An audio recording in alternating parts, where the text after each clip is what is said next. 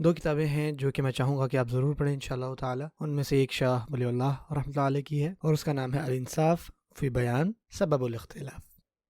اور دوسری بک جو ہے وہ امام ابن عثیمین رحمۃ اللہ علیہ کی طرف سے ہے، جس کا نام ہے الخلاف بین العلماء واسبابہ وموقفنا منہ۔ یہ دو کتابیں ہیں جو کہ الحمدللہ بہت ہی اچھے طریقے سے لکھی گئی ہیں، اور بیسکلی اس کے اندر ایکسپلین کیا گیا ہے کہ کس طرح ایک حدیث کے اوپر مختلف علماء کی مختلف رائے ہوتی ہے، اور ہم انشاءاللہ کچھ وجوہات پڑھیں گے، اور ان میں سے ایک یہ ہے کہ وہ ثبوت اور وہ جو حدیث تھی ہو سکتا ہے کہ ان عالم تک وہ نہ پہنچی ہو جب انہوں نے اپنا کوئی فیصلہ سنایا ہو، یہ ہو سکتا ہے، حتیٰ کہ یہ چیز صحابہ کرام رضی اللہ عنہ کے درمیان بھی ہوئی۔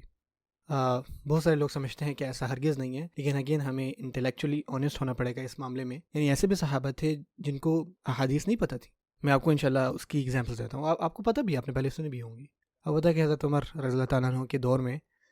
شام میں ایک وبا پھیل گئی، ٹھیک ہے، اور جب وہ وبا وہاں پر پھیلی اور یہ خبر حضرت عمر تک پہنچی تو انہوں نے اپنے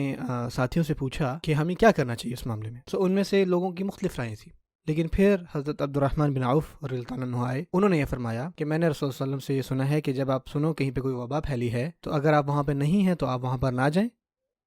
اور اگر آپ وہاں پر ہیں تو وہاں سے نہ نکلیں۔ جب حضرت عبد الرحمن بن عوف آئے اس حدیث کے ساتھ اور انہوں نے کہا کہ یہ میں نے رسول اللہ صلی اللہ علیہ وسلم سے میں نے سنا ہے،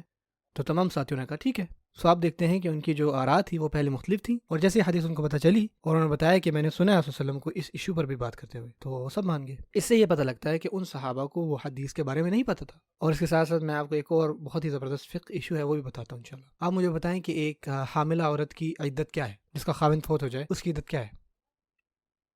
اس کی عدت یہ ہے کہ جیسے ہی وہ بچہ دے گی اس کی عدت ختم۔ اب وہ عورت جو بیوہ ہے اس کی عدت کیا ہے؟ 4 مہینے اور 10 دن۔ اس عورت کی کیا عدت ہوگی جو کہ حاملہ بھی ہے اور بیوہ بھی؟ آپ میری بات سمجھ رہے؟ دو مختلف چیزیں، ایک ہے حاملہ عورت کی عدت، ان کی یہ عدت ہے کہ اجلہن ان یضعن حملہن، جو ان کا انتظار کرنے کا پیریڈ ہے وہ تب تک ہے جب تک وہ برتھ نہیں دیتی۔ اور جہاں تک بات ہے ایک بیوہ کی عدت کی، والذین یتوفون منکم ویذرون ازواجا یتربصن بانفسہن 4 اشہر وعشرہ، اللہ تعالیٰ فرماتے ہیں ان عورتوں کے بارے میں جن کے خاوند فوت ہو گئے ہیں کہ ان کی عدت جو ہے وہ 4 مہینے اور 10 دن ہوگی۔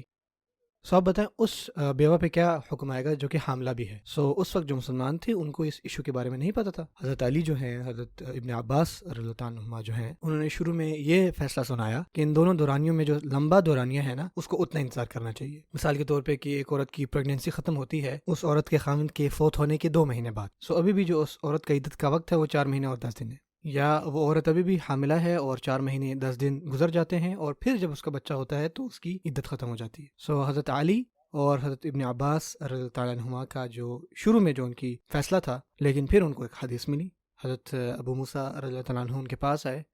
اور انہوں نے یہ فرمایا کہ رسول اللہ صلی اللہ علیہ وسلم نے اجازت دی تھی سبیعہ الاسلمیہ کہ وہ شادی کر لیں کچھ ہی راتوں کے بعد جب ان کے خاوند فوت ہو گئے تھے، کیونکہ ان کے گھر اولاد ہوئی تھی ان کے خاوند کے فوت ہونے کے اگلے دن۔